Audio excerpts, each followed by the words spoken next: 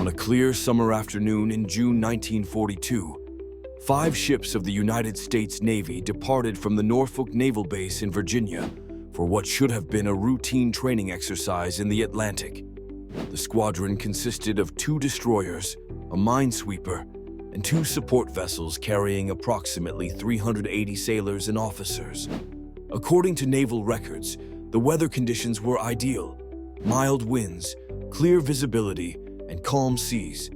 The squadron was scheduled to conduct exercises approximately 120 nautical miles off the Virginia coast and return to port within 72 hours. They never came back. The first signs of trouble appeared when the squadron failed to respond to scheduled radio check-ins.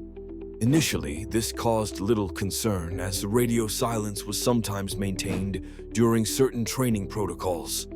By the morning of the 3rd day, when the vessels had not returned to port as scheduled, the Navy initiated standard search procedures.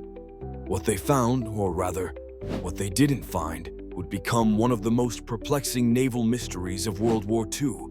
Despite deploying 17 search vessels and 38 aircraft that combed over 62,000 square miles of ocean, not a single trace of the squadron was found.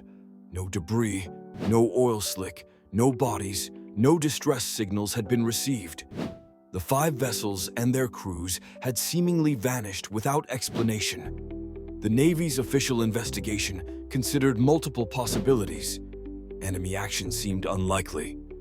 While German U-boats were active along the eastern seaboard during this period, an attack on 5 vessels would have left substantial evidence, and at least one ship would likely have had time to transmit a distress call.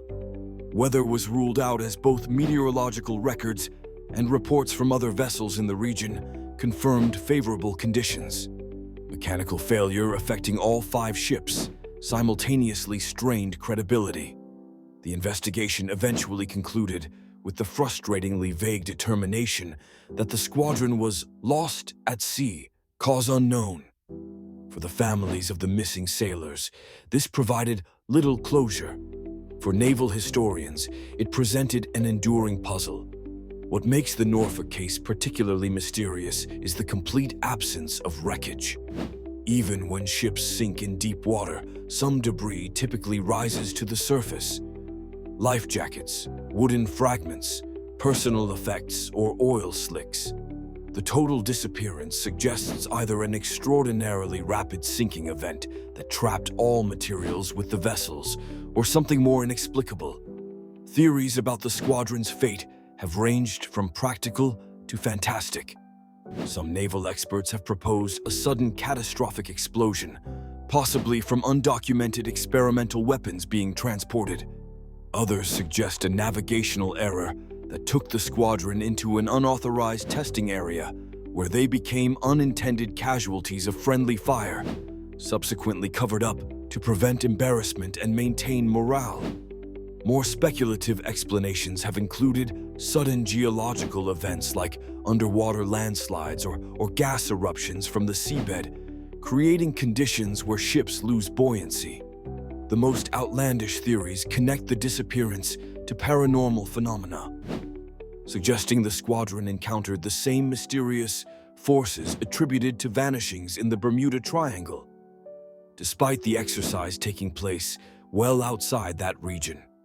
In the decades since the disappearance, periodic attempts to locate the wrecks using increasingly sophisticated underwater detection equipment have proved fruitless. The depth of the ocean in the presumed exercise area presents significant challenges, but modern sonar technology has located shipwrecks at far greater depths elsewhere. The loss of the Norfolk Squadron remains one of those rare historical events that seems to defy rational explanation, a genuine mystery born in the chaos of wartime, where the most mundane explanation, poor record-keeping and confusion during a global conflict, may be as plausible as any other theory.